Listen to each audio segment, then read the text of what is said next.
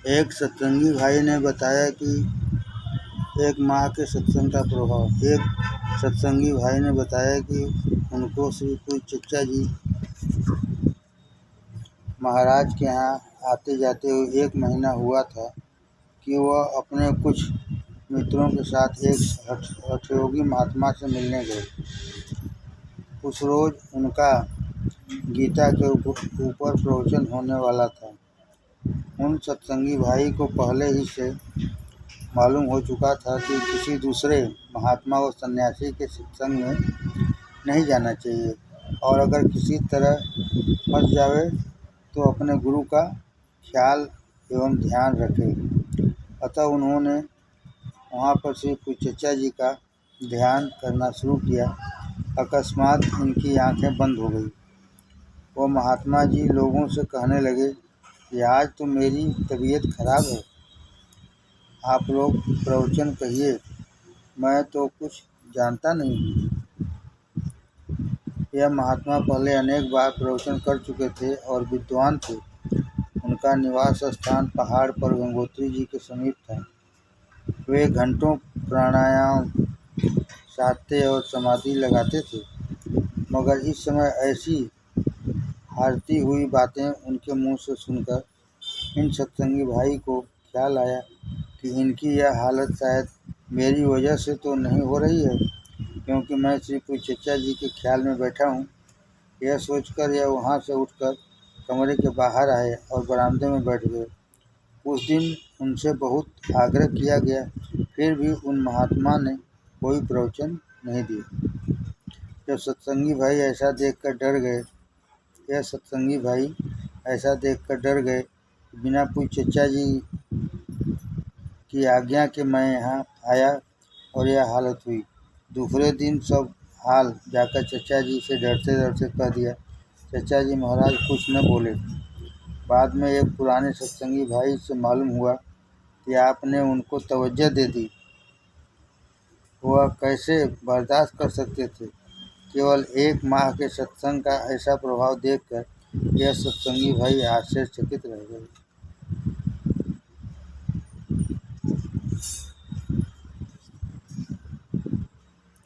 श्री पूज्य चचा जी महाराज इलाहाबाद में।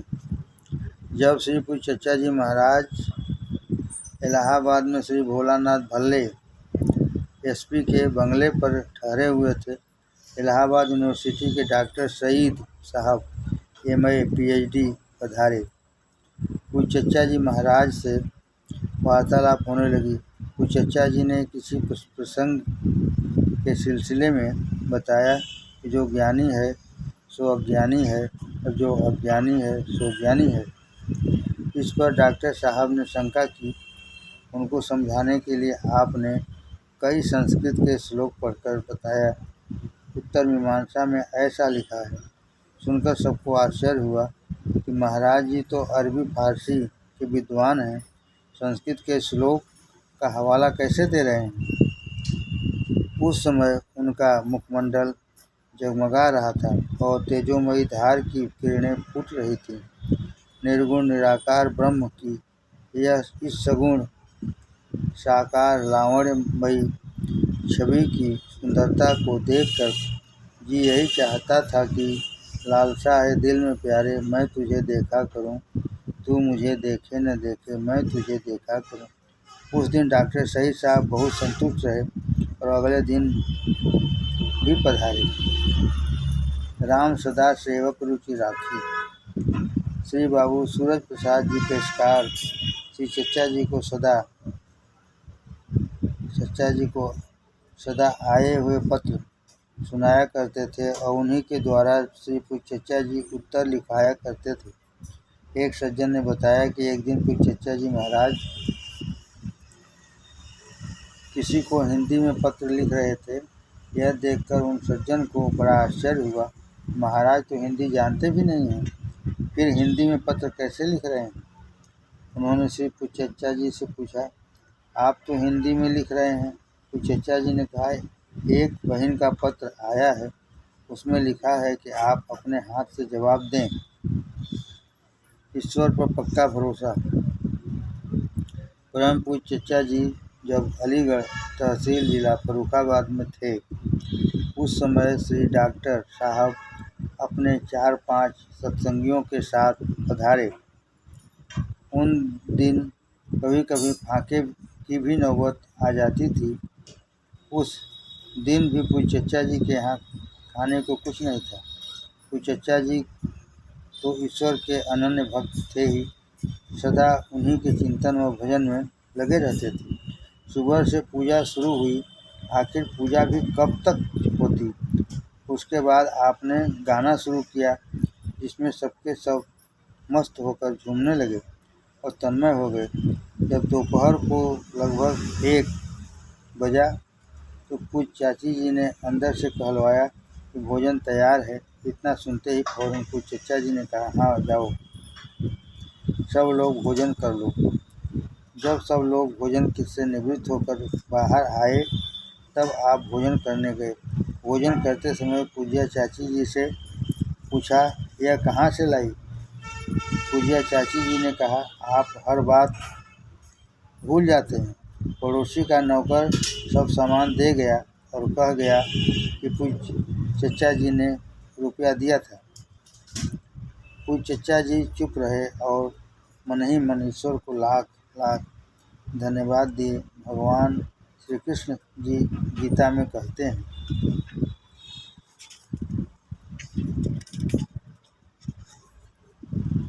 अनन्याश्चिन्तयन्तो मां ये जना पर्युपासते तेषां नित्याभियुक्तानां योगं क्षेमं वहाम्यहम्। अर्थात मेरे जो भक्त जन अनन्य भाव से निष्काम होकर मेरा चिंतन और भजन करते हैं, उन पुरुषों का योग क्षेम आवश्यकताओं की पूर्ति में स्वयं प्राप्त करा देता हूँ। प्रथम मिलन। एक सज्जन अपने 2 मित्रों सहित पूज्य चचा जी महाराज के पास आए। देखा कमरा खूब भरा हुआ है। महाराज जी ने उनको बुलाकर अपने सामने बैठा लिया। सत्संग शुरू हो गया। सबने आंख बंद की। इन सज्जन ने भी आंख बंद कर ली। सत्संग में जो दशा हुई उसको देखकर यह चकित रह गए। रास्ते में जब आपस में बातचीत हुई तो इन सज्जन ने अपने मित्रों को बताया कि पूजा में जो दशा हुई या जो कुछ मैंने देखा और अनुभव किया, उससे मेरी यह सम्मति है कि यदि यह दशा इस मकान के प्रभाव से हुई है तो किसी मूल्य पर भी मकान खरीद लेना चाहिए। और दशा महात्मा जी की पैदा की हुई है तो तीनों लोक की संपत्ति देकर और अपना सर्वस्व देकर भी इनके चरणों में रहने का अवसर मिल जावे, तब भी यह सौदा बहुत सस्ता है।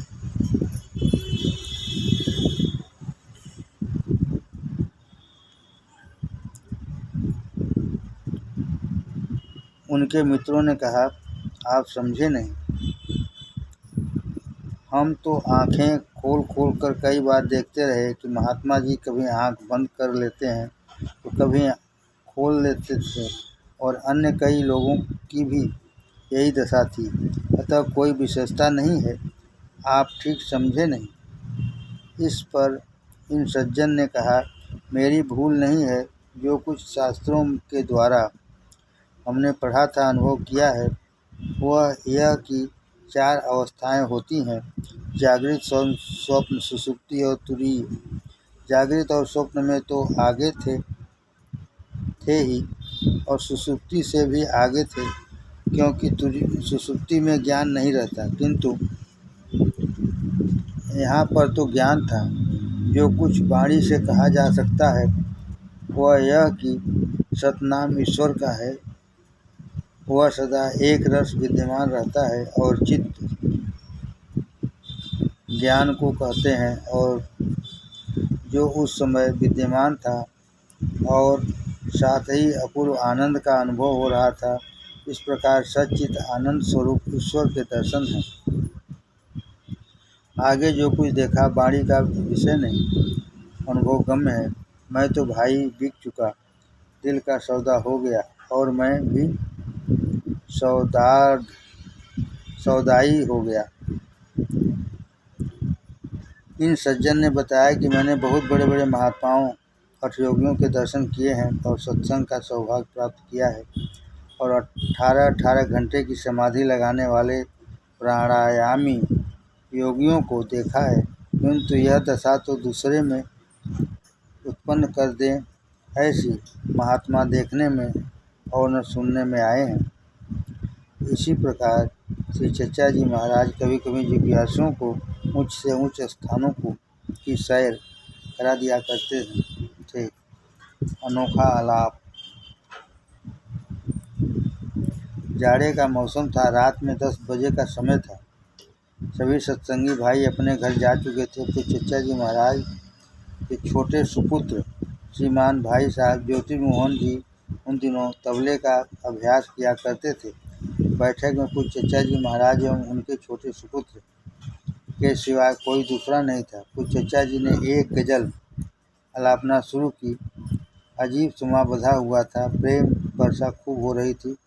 यह सेवक भी विशेष कार्य वश सड़क पर सामने मौजूद था।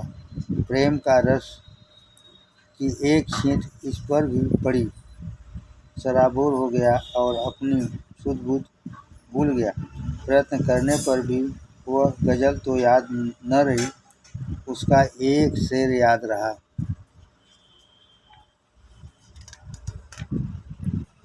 प्रीति का वादा करके पिया, क्यों प्रीत निभाना छोड़ दिया।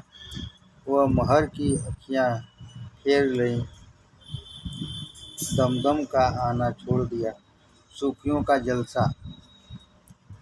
एक बार बरेली में चिश्ती सूफियों का जलसा हो रहा था और कव्वाली हो रही थी। बड़ा समा बंधा हुआ था। खूब स्वर उठाए जा रहे थे। कुछ चचा जी भी वहीं पहुंच गए। जैसे ही कव्वाली समाप्त हुई, चचा जी ने भी ऊंचे स्वर से एक गजल शुरू कर दी। न ख्वाहम दौलते दुनिया, न जिन्न तारा तलबगारम, दिलों जो मी परोसम, व दर्दे इश्क रा खरीदम, न पेशे मन इबादत सुत, न पोशीदम रियाजत रा, नजर बर फजल तो दारम, सरापा मन गुनहगारम। अर्थात मैं सांसारिक धन और वैभव की कामना रखता हूँ और न स्वर्ग की आकांक्षा है।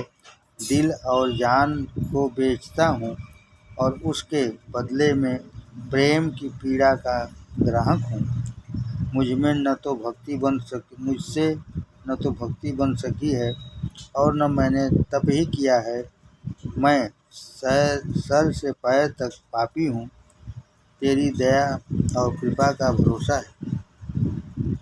इतना सुनते ही शाह साहब भाव में इतने भर गए कि सड़क की तड़क कर उठे और चचा जी का हाथ पकड़कर उन्हें अपने पास ही बैठाया। चिश्तियों के यहाँ जिसे गुरु पदवी की इजाज़त देते वह अपना उत्तराधिकारी बनाते हैं, उसे रुमाल, टोपी, चादर आदि कोई वस्तु देते हैं। जब जलसा खत्म हुआ, इसी प्रथा के अनुसार उन्होंने चचा जी को एक रुमाल पेश किया। चचा जी ने उन्हें निम्नलिखित शेर कहते हुए रुमाल वापस कर दिया। रुमाल उसको दीजिए जो मुस्तमंद हो, यह फ़कीर तो अपनी ही कमली में मस्त है। श्रीपुर चचा जी के साथ भंडारे पर एक सत्संगी भाई ने बताया कि वह श्री पूज्य चचा जी महाराज के साथ फतेहगढ़ के भंडारे में गए थे। वहां पहुंचने पर श्री पूज्य चचा जी महाराज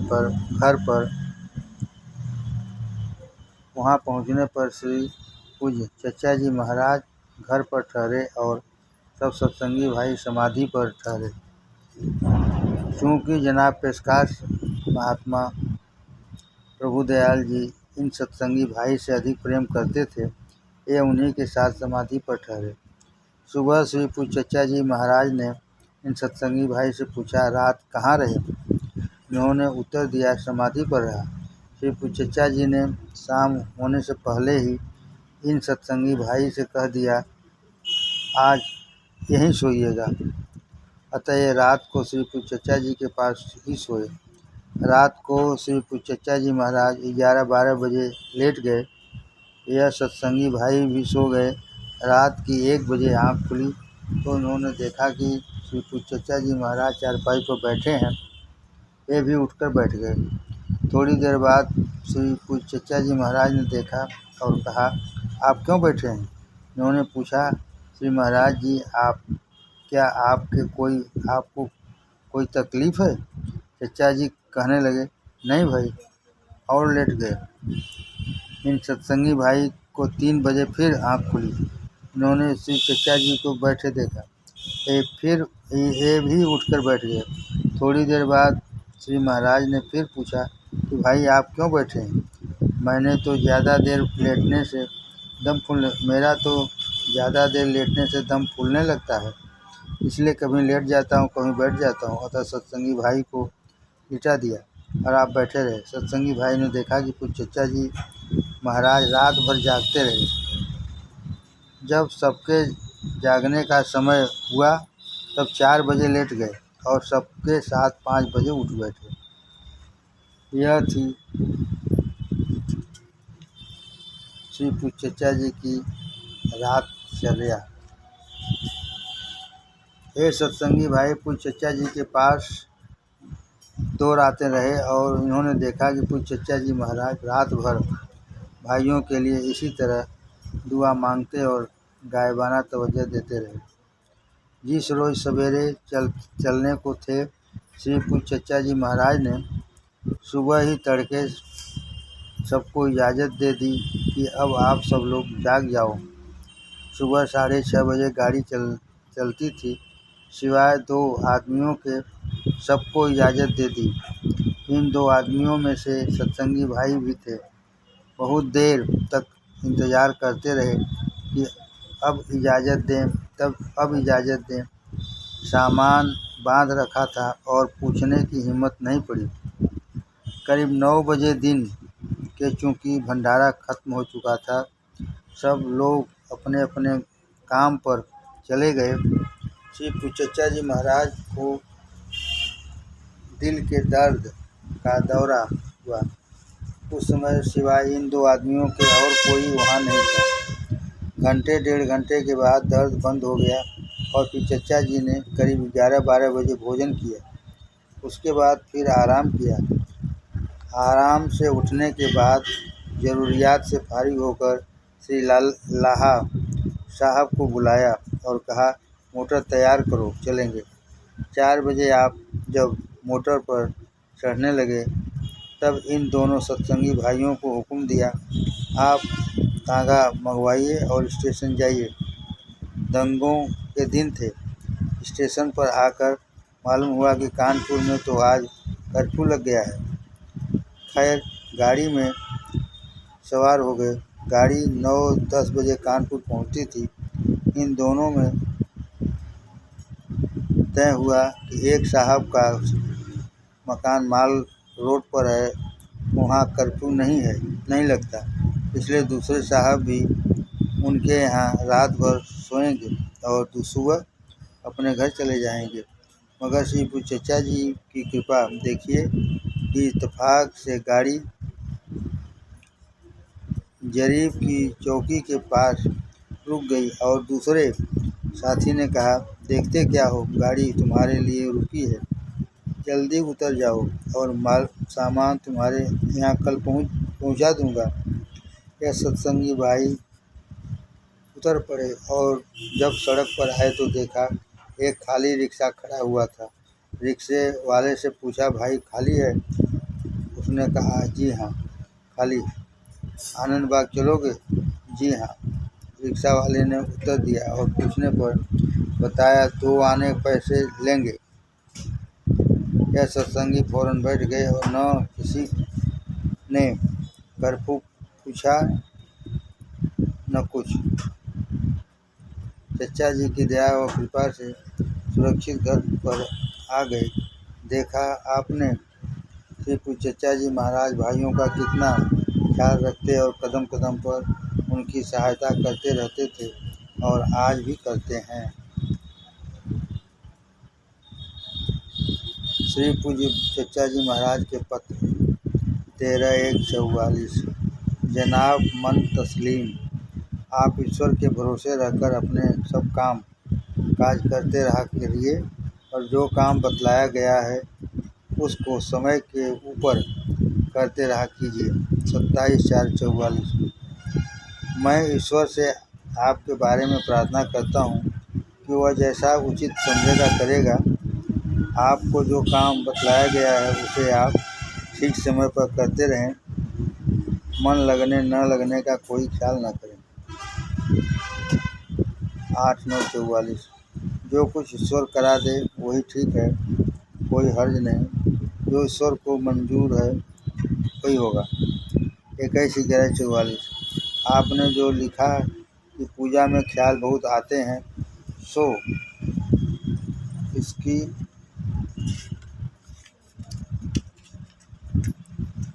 वजह यही हो सकती है कि आपसे मुलाकात हुए बहुत अरसा हो चुका है। इस मार्ग में जल्दी जल्दी मिलते रहना ज़्यादा मुफीद हुआ करता है। जब ईश्वर मौका दे पधारने की कृपा कीजिएगा। इस वक्त आप जो करते हैं करते रहें और ईश्वर पर भरोसा रखें। बाकी शुभ। आशी बंदा। 25/7/44। जनाब मन तस्लीम, भाई तबीयत न लगने की शिकायत न करो, क्योंकि कभी ऐसा होता है कि तबीयत खूब लगती है और कभी महीनों नहीं लगती है। यानी दो हालतें होती हैं, एक कब्ज और खुला हुआ। एक जब कब्ज हो तो पूजा अपनी बराबर कर लिया करो, तबीयत न लगे परवाह नहीं, और पीछे से शुक्र खुदा अदा किया करो कि जिसमें तुम राजी हो उसी में मैं रजामंद हूँ। आशी बंदा रघुवर दयाल। पार होने का सरल उपाय। कुछ चचा जी महाराज ने बतलाया, श्रद्धा और विश्वास के साथ यदि गुरु को अंत तक पकड़े रहे तो अवश्य ही बेड़ा पार हो जाएगा। श्रद्धा प्रेम को कहते हैं और प्रेम गुरु की याददाश्त कायम रखने का नाम है। विश्वास यह दृढ़ होना चाहिए कि मुझसे तो कुछ नहीं बन पड़ा, किंतु मेरे गुरु महाराज सर्वसमर्थ सद्गुरु हैं, वे मुझे अवश्य ही पार करा देंगे। अतः जो साधक इस विश्वास के साथ ध्यान, चिंतन और मनन द्वारा गुरु की याददाश्त कायम रखेगा वह अवश्य पार हो जाएगा। इसी संबंध में श्री पूज्य चचा जी महाराज ने एक साधक को जो पत्र लिखा उसका एक अंश नीचे दिया जाता है। जब प्राचीन महापुरुषों, संतों, ऋषियों, मुनियों ने देखा कि सारा संसार इस रचना चक्र में फंस गया है तो पहले बाहर में खोज किया, परंतु जब सफलता प्राप्त न हुई और अशांति रही तब अंतर में घुसे और उन्होंने बहुत समय पीछे बड़े ही परिश्रम और लगन से प्रेम और ज्ञान का मार्ग प्राप्त किया। ईश्वर के प्राकृतिक नियमों को इस प्रकार अटल देखकर जाना और बुझा और तब उन्हें शांति मिली, अर्थात अटल प्रकृति के नियमों के फिर अंदर आने की और स्वतंत्र होने की और उसमें विलीन हो जाने का उपाय बताया।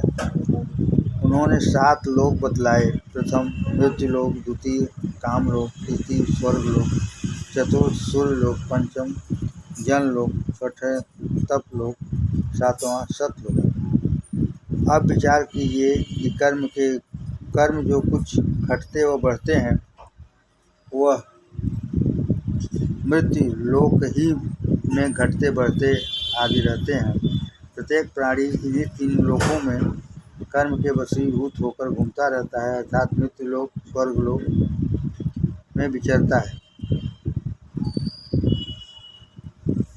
अतः जो मनुष्य कम से कम इन मृत्युलोक में गुरु धारण कर लेता है उपर्युक्त तीनों लोकों के बंधनों से छूट जाता है।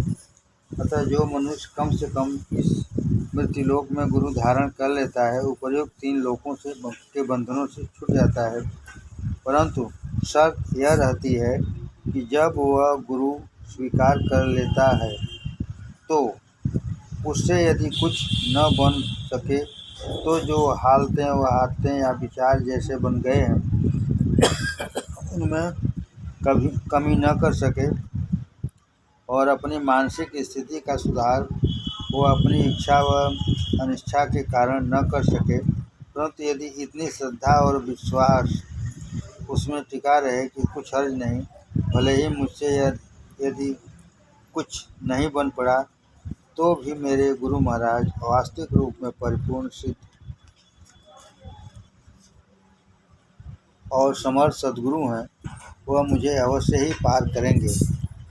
तो मेरे विचार से अटल प्राकृतिक नियमों के अनुसार जो प्राचीन महर्षियों के द्वारा प्रकट होते रहे हैं, कम से कम इन ऊपर के 3 लोकों से